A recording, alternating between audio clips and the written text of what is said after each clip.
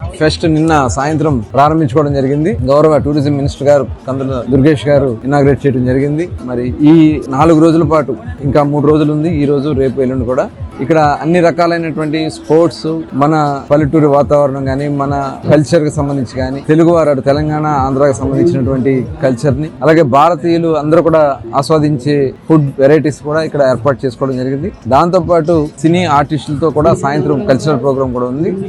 ఇది first time ఇక్కడ ఇంత పెద్ద ఎత్తున చేసుకోవడం. నాకు తెలిసి సౌత్ ఇండియాలోనే ఇది పెద్ద ఈవెంట్ గా మనం చెప్పుకోవచ్చు. ప్రధానంగా మా యొక్క ముఖ్యమంత్రి గారి యొక్క ఆలోచన ఈ రాష్ట్రంలో ఎక్కువ మందికి ఎంప్లాయ్మెంట్ గానీ, అటు రాష్ట్రానికి ఆదాయం పెరగడానికి అవకాశం ఉన్నటువంటి రంగాల్లో పర్యాటక రంగానికి కీలక పాత్ర ఉంది. తక్కువ ఇన్వెస్ట్మెంట్ తో ఎక్కువ ఎంప్లాయ్మెంట్ ఇస్తుంది. ఎక్కువ మందిని విదేశీ టూరిస్ట్ కూడా మనం ఆతిథ్యం ఇవ్వడానికి అవకాశం ఉన్నటువంటి రంగం.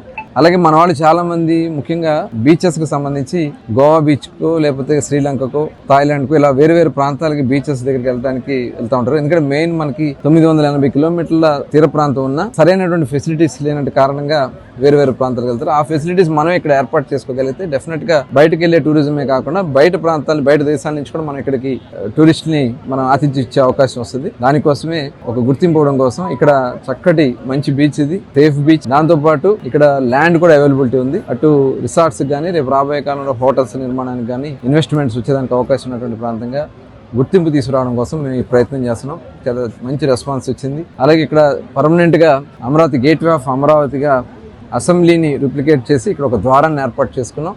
అలాగే 100 ఫీట్ తీర ప్రాంతంలో బహుశా ఇక్కడే 100 అడుగుల పోల్ పెట్టుకుని ఫ్లాగ్ కూడా నిన్ననే ఎగరవేయడం కూడా జరిగింది. ఇదంతా కూడా ఒక డెఫినెట్ గా అందరికీ చక్కటి ఆహ్లాదకరమైనటువంటి వాతావరణంలో ఈ కార్యక్రమం జరుగుతూ ఉంది. అందరినీ కూడా మరొకసారి ఆహ్వానిస్తున్నా, ఎవరు మిస్ కావద్దు. ఈ అవకాశాన్ని అందరూ కూడా సద్వినియోగం చేయాలని కోరుతా ఉన్నాం.